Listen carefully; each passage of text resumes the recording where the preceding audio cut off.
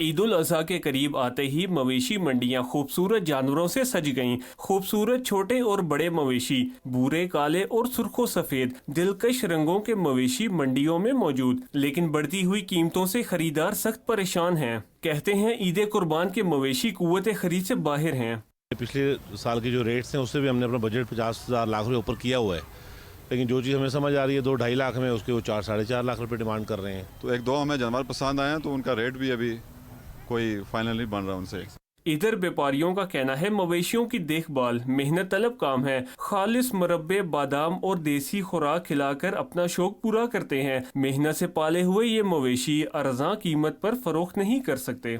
फी जानवर मेरा 1,70,000 रुपया फी जानवर पे कास्ट आई है, तो उस हवाले से अगर प्रॉफिट ना भी लें तब भी जो है ना काफ़ी महंगा जानवर ये बेचना पड़ता है। हमारा इनका डिमांड का बहुत फ़र्क होता है।